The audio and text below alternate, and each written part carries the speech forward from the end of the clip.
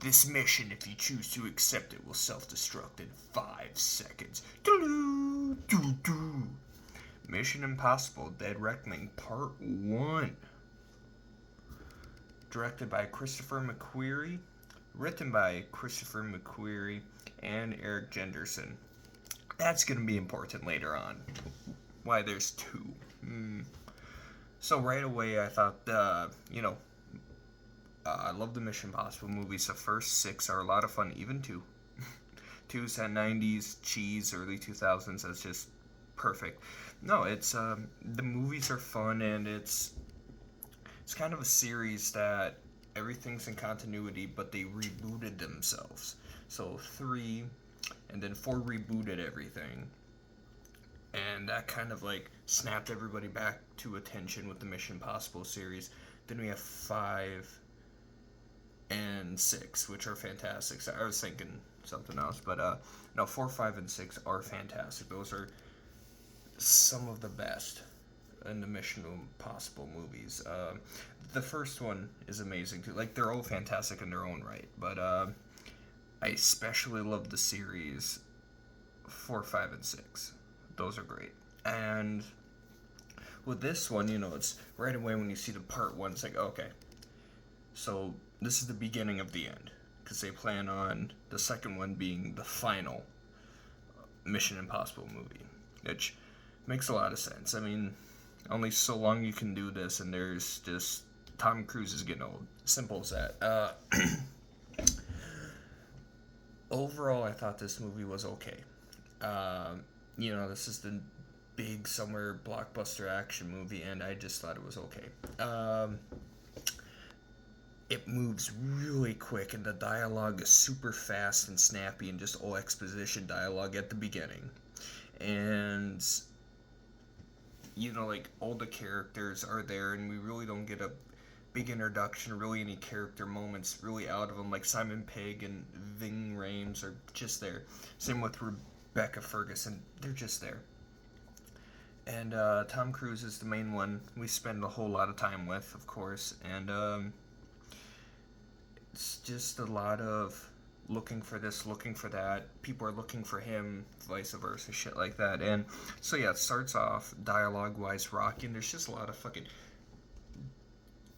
Dutch angles and sideways shots, and just kind of a lot of rotating and shifting throughout scenes. And another gripe I have with it is they'll start something, but they won't show the conclusion to it. So one character will grab a fire extinguisher, then you just hear a clunk, then you see a guy on the floor. Simple as that. You don't see him fall, you just see him on the floor. Or at the end of the movie, something super intense is happening, and somebody's about to let go of somebody, but somebody catches them, and then by the time something, like the thing that's falling, all the characters are up top watching it down below, so we didn't even see them pull themselves up. A lot of editing like that I thought was super weird, and it was really comedic and funny, or like was really trying to be funny at the beginning. Just a lot of like awkward kind of Marvel-esque humor I thought at the beginning, which I thought was really weird. Like, this movie, or the movie series, does have like, little comedic moments, but they're a lot more subtle. They're not like as in your face as this movie. But yeah, the action sequences are fantastic. They're well choreographed, a lot of fun. So yeah, the movie speeds up. Like I said, it's just super fast, and just wasn't working for me a whole lot at the beginning. And then it evens out, and then the ending gets pretty solid with the intensity. Plot wise, the Dead Reckoning. It's a ship, or it's a submarine that sinks. And basically there's these keys that come together, and they control this thing. But you don't know what it is. And basically I know it's weird, because I figured out where the thing was that they wanted from the very beginning.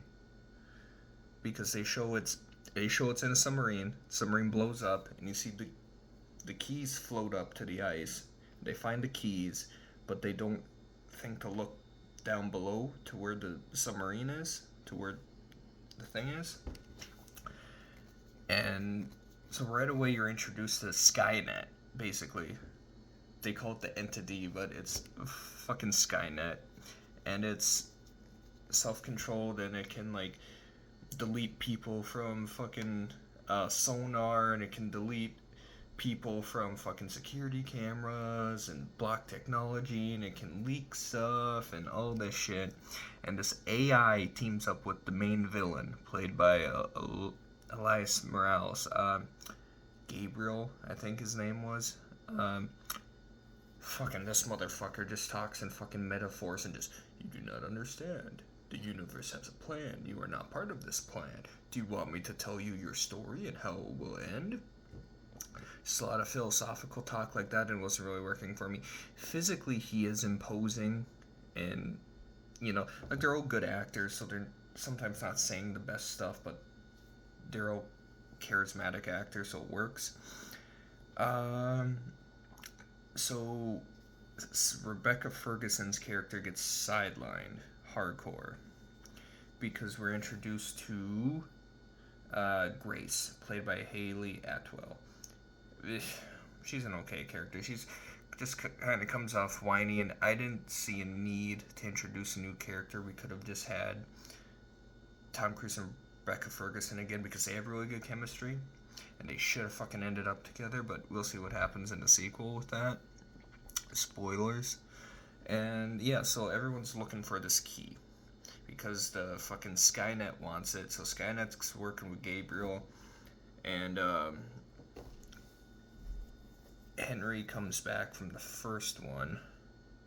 I think that was his name. No, that might have been his actor's name.